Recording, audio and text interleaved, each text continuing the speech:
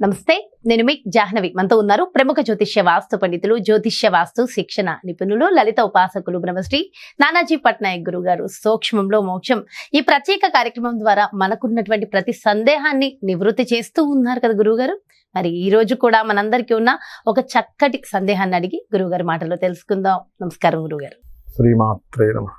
గురుగారు, సుబ్రహ్మణ్య షష్ఠి, సుబ్బారాయుడు షష్ఠి మా ఊర్లో చిన్నప్పుడు అలానే అనేవారు.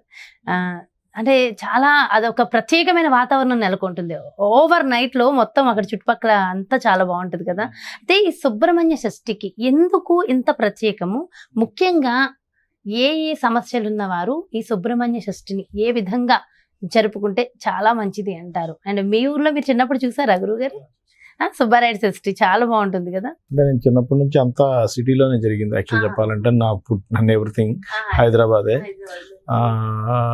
అయితే అసలు ఫస్ట్ ఆఫ్ ఆల్ సుబ్రహ్మణ్యేశ్వర స్వామి యొక్క షష్ఠి జరుపుకోవడం వల్ల కలిగే ఫలితాలు ఏమిటి చూసుకున్నట్లయితే, ఒకటి గుర్తుపెట్టుకోండి, ఇప్పుడు ఇంకా వివాహం అవ్వలేదు ఆ అమ్మాయితో కనుక చేస్తే సుబ్రహ్మణ్యేశ్వర స్వామి యొక్క షష్ఠి కనుక చేస్తూ ఉంటే, వివాహం కానటువంటి అమ్మాయికి రేపు పొద్దున్న వివాహం అయ్యే సమయానికి ఆ అమ్మాయికి ఏదైనా కుజదోషం ఉందనుకోండి, జన్మజాతకంలో కుజుడు పాడైపోయాడు, సంబంధం సరిగ్గా రావట్లేదు, వచ్చినా హింసించే వ్యక్తి వస్తున్నాడు, లేకపోతే ఇంకేదో సంథింగ్ గొడవలు ఉన్నాయి, ఆ దోషం పోతుంది. గుర్తుపెట్టుకోండి, వివాహమై ఇంకా సంతానం కలగలేదు, సుబ్రహ్మణ్యేశ్వర స్వామికి సంబంధించిన సుబ్బరాయుడు షష్ఠి అంటున్నారు చూసారు, అది చేస్తే పుట్టే సంతానము ఆరోగ్యంగా పుడుతుంది.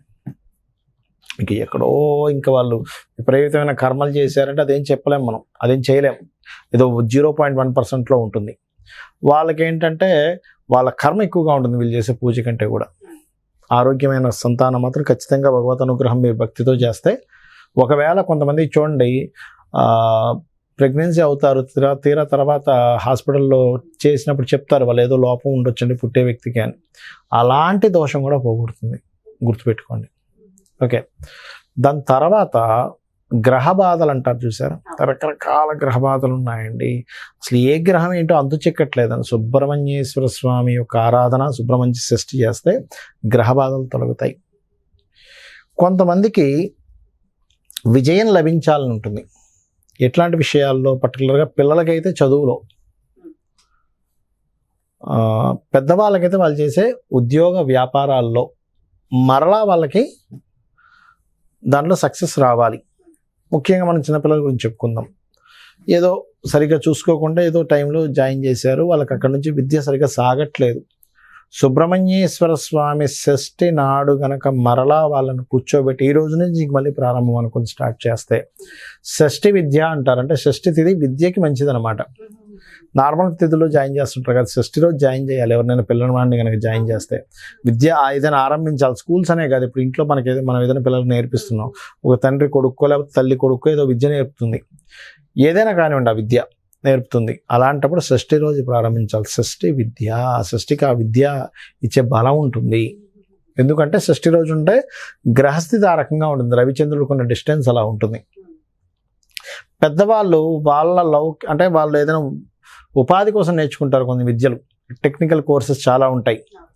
అటువంటివి ఏదైనా సరే ఇప్పుడు ఒక ఫీల్డ్లో వాళ్ళు సెట్ అవ్వట్లేదమ్మా, ఏదో నేర్చుకున్నారు ఎప్పుడేదో వీళ్ళ దగ్గర అందులో సరైన ఉద్యోగ అవకాశాలు లేవు, ఎంత చేస్తున్నా సరే గొడ్డు చాకరీ అవుతుంది, కానీ ఎక్కడ కూడా వాళ్ళకి సరైన జీతం రావట్లేదు. కానీ ఇంకో కొత్తది ఏదైనా స్టార్ట్ చేయాలనుకున్నారు, సుబ్రహ్మణ్యేశ్వర షష్ఠి రోజు లేదా నార్మల్ షష్ఠి రోజు అయినా సరే సుబ్రహ్మణ్యేశ్వర స్వామి యొక్క ఆరాధన చేసుకొని మరలా మీరు కొత్తగా ఏదైనా ప్రారంభించినట్లయితే, మీరు నేర్చుకొని మరలా మీ లైఫ్ న్యూ లైఫ్ అంటారు చూసారా, ప్రారంభించినట్లయితే ఖచ్చితంగా మీ పూర్వం ఉన్నటువంటి గ్రహస్థితి, మీకు దశమస్థానం పాడైందా, 6వ స్థానం పాడైందా, ధనభావం పాడైందా సంబంధం లేకుండా ఈ సుబ్రహ్మణ్యేశ్వర స్వామి యొక్క అనుగ్రహం కలిగి చక్కగా వీళ్ళకి అవుతుంది.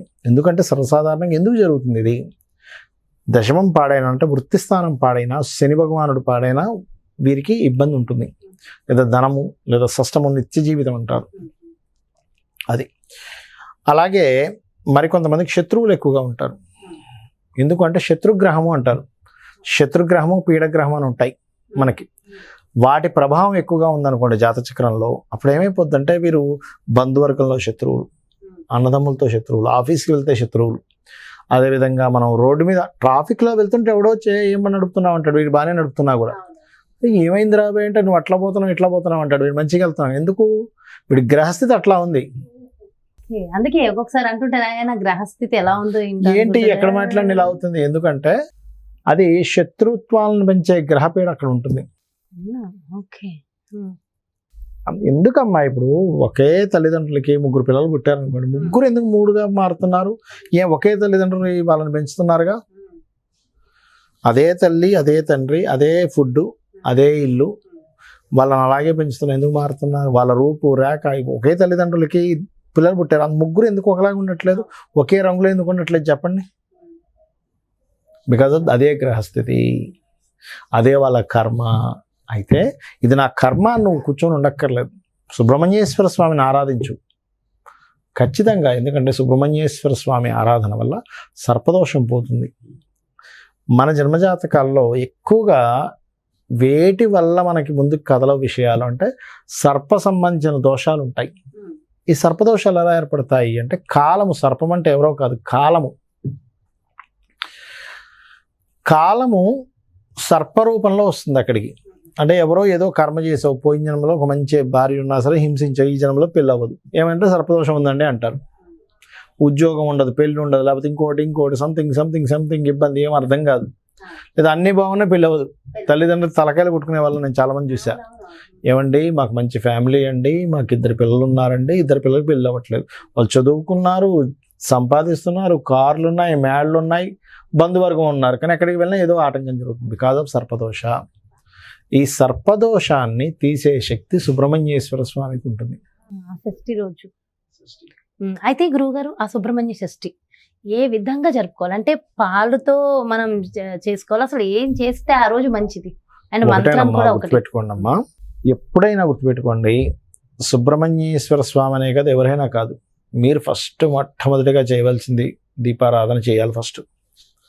ఎందుకు అంటే మొట్టమొదటిగా దీపారాధన ఎవరైతే చేస్తారో ఫస్ట్ మీరు చేసే మిస్టేక్స్ తగ్గిపోతాయి అక్కడ పూజలో. దీపం పరబ్రహ్మ స్వరూపం కాబట్టి. దాని తర్వాత మీరు చక్కగా ఆచమనం చేసుకొని పంచోపచారాలు మనకి షోడశోపచారాలతోనూ చేస్తాం. అందులో సుబ్రహ్మణ్యేశ్వర స్వామి యొక్క ప్రతిమ పెట్టుకొని అక్షింతలతో ఒక్కొక్క నామం అష్టోత్తరాలు చదువుకుంటూ నైవేద్యము పెట్టి దాని తర్వాత హారతి నైవేద్యం ఇవన్నీ అందరికీ ప్రాసెస్ తెలిసిందే. ఆ రకంగా చేసుకొని ముఖ్యంగా నివేదించవలసిన ప్రసాదం ఏమైనా ఒకటేనమ్మా, సుబ్రహ్మణ్యేశ్వర స్వామికి పొంగలి కొన్ని ప్రాంతాల్లో పెడుతూ ఉంటారు. అయితే ఇక్కడ ఏంటంటే నువ్వు ఇది పెడితేనే అనుగ్రహిస్తాడు అనేటువంటిది లేదు. ఫస్ట్ ఆ కాన్సెప్ట్ నుంచి బయటికి రావాలి. ఎందుకంటే మనం ఏది ఇంపార్టెంట్ దాన్ని వదిలేసి వేరే వాటి మీద కాన్సన్ట్రేషన్ చేస్తున్నాం. ఎన్ని ఒత్తులు వేయాలి? 3 ఒత్తులు కామన్, అందరికీ తెలుసు. బ్రహ్మ విష్ణు రుద్రులుగా ఎన్ని ఒత్తులు ఉన్నటువంటిది పెట్టాలి అంటే నేను అన్నది ఏంటంటే భక్తి ప్రధానం అక్కడ. ఇప్పుడు అలా కాదమ్మా, ఇప్పుడు మీ అబ్బాయి ఉన్నాడు చిన్నప్పుడు, ఇప్పుడంటే కొంచెం పెద్ద అయ్యాడు, తినిపించేటప్పుడు ప్రేమగా వాడు కడుపు నిండా తినిపించాలనుకుంటారు. మంచి పదార్థం ప్రేమగా వాడు కడుపు నిండా తినిపించాలి, ఇది కాన్సెప్ట్. నేను ఎన్ని గంటలకు తినిపిస్తే కరెక్ట్, పొద్దున్న 6 నుంచి 9 లోపల ఏ డ్రెస్ వేసుకొని తినిపిస్తే మంచిది? మీరు ఏ డ్రెస్ వేసుకొని తినిపించడం ముఖ్యమా, లేకపోతే ప్రేమగా వాడి కడుపు నిండా తినిపించడం ముఖ్యమా? ఏ హెయిర్ స్టైల్ వేసుకొని తినిపించే ముఖ్యమంటారా చెప్పండి? ఏ లిప్స్టిక్ వేసుకొని తినిపిస్తే ముఖ్యమంటారా చెప్పండి? ఏ చెవులు పెట్టుకొని తినిపిస్తే ముఖ్యమంటారా చెప్పండి? అంటారు కదా. అక్కడ ఏంటి కావాల్సింది? తల్లి ఎంతో ప్రేమతో పిల్లవాడికి కడుపు నిండేలాగా ఆహారం, ఆరోగ్యకరమైన ఆహారం తినిపించడం ఈజ్ కాన్సెప్ట్. ఏ డ్రెస్ వేసుకుంది, ఏ చెవులకు పెట్టుకుంది, ఏ హెయిర్ స్టైల్ వేసుకుంది, చెవులకి ఏం పెట్టుకుంది, చేతులకి ఏం పెట్టుకుంది, వడ్డానం పెట్టుకుందా లేదా, చెప్పులు వేసుకుందా లేదా, ఇవి అవసరమా? అలాగే ఒక భక్తుడు భక్తిగా స్వామివారికి మనస్సుని అక్కడ మనసా వాచా కర్మన ఏమి సమర్పించి పూజ చేస్తున్నాము ఈజ్ మోస్ట్ ఇంపార్టెంట్.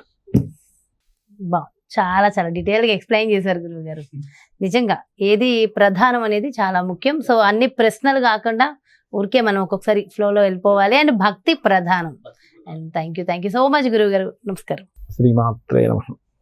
చూసారు కదండి, సుబ్రహ్మణ్య షష్ఠి, సుబ్బారాయ షష్ఠి చాలా మందికి ఇష్టం, పిల్లలకి పెద్దలకి అందరికీ. మరి మనందరికీ ఇష్టమైనటువంటి ఆ సుబ్రహ్మణ్య షష్ఠి నాడు మనకున్నటువంటి ఎలాంటి దోషాలను పోగొట్టుకోవడానికి ఆ సుబ్రహ్మణ్యేశ్వర స్వామిని ఎలా పూజించుకోవాలనేది డీటెయిల్ ఇన్ఫర్మేషన్ ఇచ్చేసారు కదా గురుగారు. మరో చక్కటి ప్రత్యేకమైన కార్యక్రమంతో మళ్ళీ మీ ముందుకు వచ్చేస్తాను. మరి అదేవిధంగా మీ యొక్క జాతకానికి సంబంధించి కానీ, లేదంటే మీ ఇంటి వ్యాపార వాస్తుకు సంబంధించి కానీ, లేదంటే గురువు గారిని ప్రత్యక్షంగా సంప్రదించాలి, అపాయింట్మెంట్ కావాలి అనుకున్న క్రింద డిస్ప్లే అవుతున్నటువంటి నెంబర్స్కి కాల్ చేసి డీటెయిల్స్ తెలుసుకోండి. నమస్తే.